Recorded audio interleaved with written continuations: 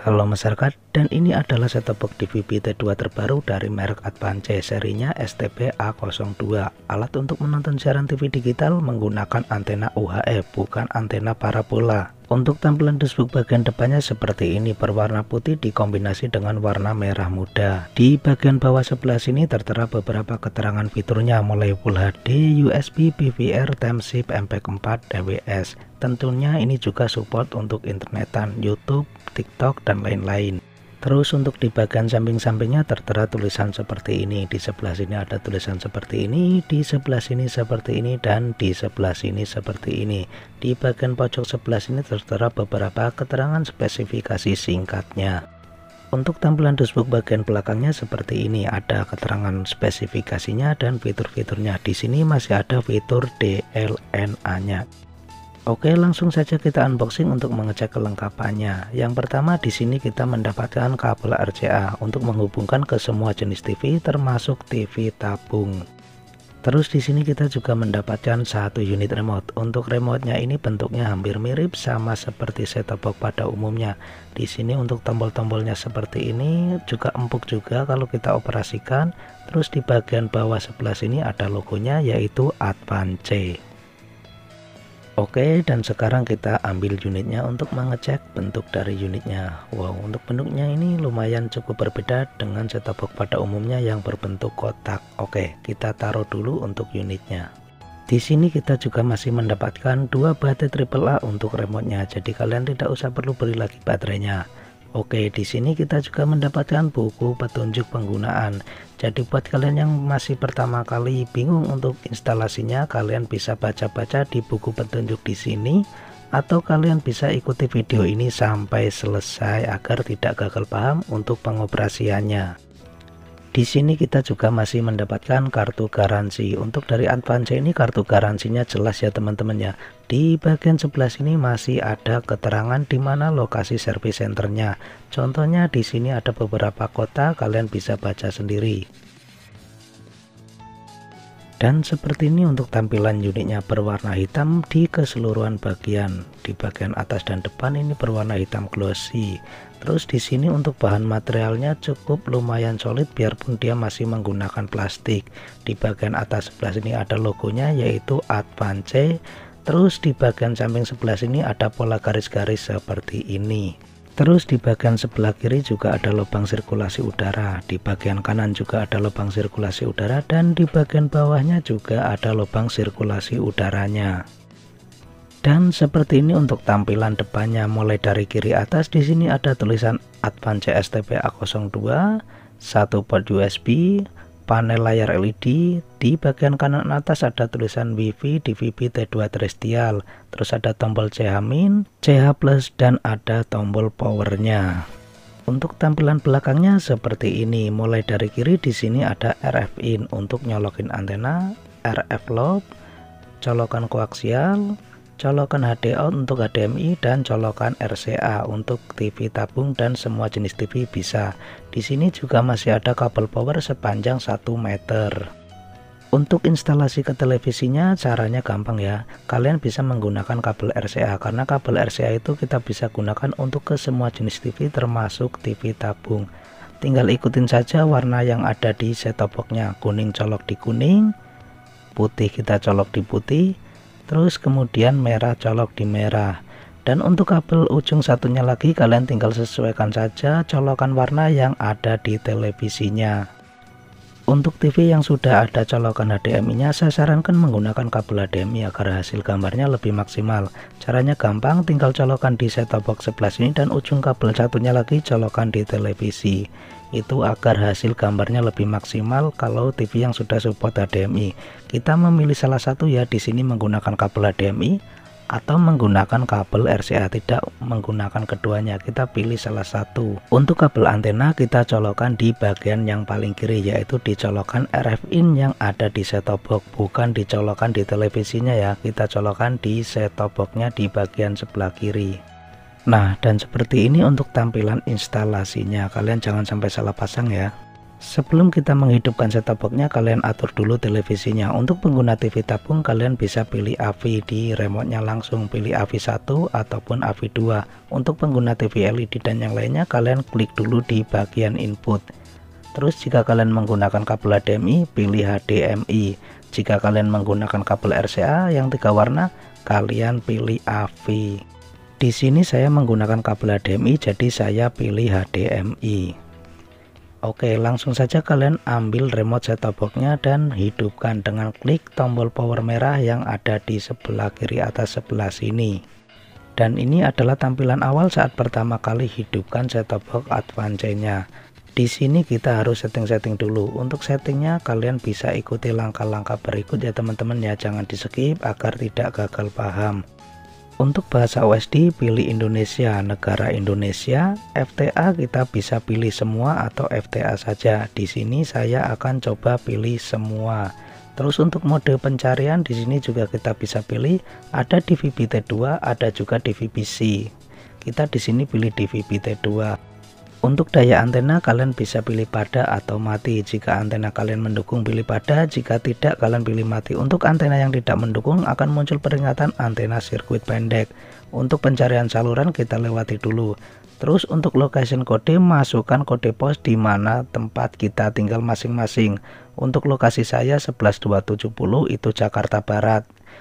Terus setelah itu klik OK dan kita geser ke atas di pencarian saluran, kita klik OK. Di sini untuk pencarian saluran kita percepat. Sekedar informasi tambahan sedikit, di sini saya menggunakan antena outdoor atau antena luar Intraseus. Untuk lokasi Jakarta itu biasanya 45 sampai 50 channel. Kalau sampai 52 channel biasanya itu sinyalnya ganda atau double-double ya. Di sini kita mendapatkan 47 saluran TV digital. Untuk mengecek informasi kekuatan sinyalnya, kalian bisa klik pada info di remote langsung. Tombolnya ada di sebelah tombol angka 6. Oke, kita tes di bagian Kompas TV. Di sini lancar. Untuk informasinya, kalian klik saja tombol info yang ada di remote. Kita pindah lagi di bagian CNN. Di sini juga lancar. Untuk RTV di sini juga lancar. Untuk RCTI di sini juga lancar. Untuk TV One di sini lancar. SCTV di sini juga lancar. Dan untuk Net TV di sini juga lancar. Oke, langsung saja kita tes untuk perpindahan channel ke channel menggunakan tombol atas dan bawah. Di sini untuk perpindahan channelnya tidak diedit ya, jadi kalian bisa lihat sendiri seberapa lama untuk kita beralih ke channel satu dan channel lainnya itu membutuhkan waktu berapa lama. Di sini menurut saya pribadi masih tergolong cukup wajar, antara 1 sampai 2 detik, kita bisa lihat sendiri. Terus kita cek untuk menunya. Untuk membuka menunya kalian bisa klik tombol menu yang ada di remote. Untuk memindahkan menunya kalian bisa pilih arah yang di sini, dan untuk memilihnya kalian klik OK. Untuk kembali kalian bisa klik exit. Untuk tampilan menunya seperti ini. Di sini yang pertama kita coba di bagian program, kita geser ke bawah dan kita pilih pengeditan saluran. Di sini untuk mengedit saluran dengan cara kalian tinggal sesuaikan saja nomor yang ada di remote dan tombol hijau di sini. Kita bisa lihat di sini kita tinggal sesuaikan saja nomor-nomor yang di remote dan tombol hijau. Terus kita pindah ke panduan program, di mana panduan program ini yaitu fitur EPG-nya. Di sini kita bisa lihat daftar list acara di saluran TV-nya jika TV-nya itu mengasih informasi saluran TV seperti ini atau saluran acara yang akan tampil selanjutnya. Oke, selanjutnya kita ke bagian menyortir. Ini kita bisa atur-atur. Kalian bisa pilih dengan cara klik tombol arah kanan ataupun kiri. Di sini untuk menyortir saya pilih oleh LCN. Terus untuk LCN kita pilih mati. Untuk lingkup volume kita biarkan, nggak usah diganti. Terus kita pindah ke menu sebelahnya lagi, yaitu di bagian gambar. Di sini untuk bagian gambar mulai dari rasio aspek kita bisa atur. Cuman saya sarankan kalian pilih mobile saja atau otomatis. Terus untuk di bagian resolusi di sini kita juga bisa atur. Untuk di bagian resolusi di sini kalau kalian menggunakan kabel RCA jangan lebih dari 720. Kalau kalian menggunakan kabel HDMI bebas mau memilih yang mana aja, 1080i atau 1080p. Terus selanjutnya untuk format TV kita di sini tidak usah diganti ya, biarkan PAL. Untuk pengaturan OSD di sini kita untuk mengatur kecerahan, chroma, kontras dan lain-lain. Kita tinggal sesuaikan saja dengan selera kita. Terus selanjutnya pengaturan panel. Pengaturan panel di sini ada kecerahan LED. Ini untuk mengatur kecerahan LED yang ada di set-top box-nya, bisa pilih penuh, rendah, tengah. Oke. Selanjutnya kita bisa ke bagian display LED, bisa CH0 ataupun time. Untuk time nanti di bagian set-top box-nya saat mati akan berubah menjadi jam. Lumayan kan, dapat jam digital gratis. Untuk waktu pertunjukan siaga kita bisa pilih pada atau mati. Di sini saya sarankan pilih pada saja. Terus kita klik kembali dan kita klik kembali lagi dan kita berpindah menu ke bagian mencari, di mana di menu mencari ini kita untuk scan ulang secara otomatis ataupun manual ya. Caranya sama seperti saat kita menghidupkan set-top box Advance STP A02 ini. Yang perlu saya tegaskan lagi yaitu di bagian location kode, masukkan kode pos di mana tempat kita tinggal masing-masing ya. Terus selanjutnya kita pindah ke menu waktu. Di bagian menu waktu kalian tidak usah utak-atik juga tidak apa-apa. Selanjutnya kita pindah ke menu pilihan. Di sini sama, kita tidak usah utak-atik juga. Terus selanjutnya kita pindah ke menu pengaturan. Untuk pengaturan di sini yang pertama ada bimbingan orang tua, kontrol kunci, atur ulang pabrik. Untuk atur ulang pabrik atau setel ulang pabrik kalian masukkan saja kodenya 0 sampai 6 kolom ini penuh. Sekarang kita pindah ke bagian sistem informasi untuk mengecek informasinya. Di sini untuk informasinya versi perangkat kerasnya STP A02. Terus untuk waktu membangunnya tahun 2022 bulan 11 tanggal 19, termasuknya software terbaru.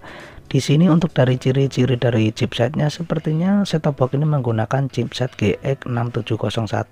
Selanjutnya kita pindah ke peningkat perangkat lunak, yaitu dimana di sini kita untuk upgrade softwarenya bisa menggunakan USB atau peningkatan versi alias menggunakan internet mungkin kali ya. Terus sekarang kita pindah ke bagian pengaturan jaringan, dimana di sini kita untuk setting dongle wifi-nya. Selanjutnya kita pindah ke bagian kontrol daya hidup, kita biarkan saja nyalakan. Terus kita pindah ke menu USB. Untuk yang pertama di menu USB kita tes dulu di bagian pusat media. Dimana untuk pusat media ini jika kalian mempunyai file video atau gambar yang tersimpan di flash disk ataupun hard disk, di sini untuk memutarnya. Selanjutnya di sini ada media PVR dan manajemen PVR. Biasanya ini kita jarang gunakan ya, jadi kita lewati saja. Terus untuk internetnya kalian harus terhubung dulu ke internet menggunakan dongle wifi untuk membuka fitur-fitur internetnya yang ada di set-top box. Oke, kita klik di bagian internet. Di sini ada weather. Kita klik lagi. Untuk weather atau cuaca di sini berfungsi dengan normal ya teman-teman ya. Di sini kita bisa lihat dia membaca di mana lokasi saya saat ini, yaitu di Jakarta. Terus selanjutnya kita klik kembali dan kita pilih ke bagian fitur A+. Di fitur A+ ini dimana tempat aplikasinya ada YouTube, TikTok, YouTube Kids dan BTV. Kita coba salah satu yaitu YouTube dulu. Setelah terbuka kita tinggal pilih videonya terus kemudian klik OK. Untuk YouTube-nya di sini kita bisa lihat lancar. Selanjutnya kita pilih ke bagian YouTube Kids. Kemudian kita klik OK. Jika videonya sudah terbuka, kalian tinggal pilih menu terus klik OK dan kalian tinggal pilih salah satu video yang ingin diputar. Di sini untuk YouTube Kids-nya kita bisa lihat juga lancar. Selanjutnya kita pilih ke bagian WTV. Setelah terbuka, kalian tinggal pilih menunya yang ada di sebelah kiri terus kemudian klik OK. Jika videonya sudah muncul, kita tinggal pilih terus kemudian kita klik OK lagi. Setelah itu kita klik OK lagi untuk memilih episode keberapa. Untuk WTV kita di sini bisa lihat juga lancar. Selanjutnya kita coba pilih ke bagian aplikasi TikTok-nya. Jika sudah terbuka, kita tinggal pilih salah satu videonya. Di sini untuk TikTok-nya saya sudah coba berkali-kali, ternyata tidak bisa muncul peringatan seperti ini terus. Kesalahan jaringan. Kita coba lagi untuk video yang lainnya. Terus kemudian kita klik OK juga sama, muncul peringatan seperti ini lagi, kesalahan jaringan. Padahal jaringan internet di tempat saya itu sangat lancar. Oke, kita klik kembali dan di sini masih ada DLNA. Kita pilih DLNA, kita klik OK. Untuk DLNA ini kita bisa menghubungkan set-top box dengan salah satu aplikasi yang mirip dengan aplikasi Mikes TV ya. Tapi untuk videonya kita buatkan terpisah agar tidak terlalu panjang videonya. Jadi kesimpulannya, apakah set-top box Advance STP A02 ini worth it buat dibeli dengan harga 200 ribuan? Saya rasa masih cukup worth it. Untuk pemakaian saya pribadi, pengetesan selama 10 jam itu hanya hangat standar umum sama seperti set-top box pada umumnya. Yap, sampai di sini dulu video pembahasan tentang set-top box Advance STP A02. Mudah-mudahan video ini bermanfaat dan mudah-mudahan video ini gampang dimengerti untuk semua kalangan. Like jika suka dengan video ini dan dislike aja buat yang nggak suka, atau ada pertanyaan yang mau ditanyakan silahkan tulis di kolom komentar. Terima kasih dan kita ketemu lagi di video berikutnya. Yang mau subscribe dipersilakan, saya ucapkan banyak-banyak terima kasih.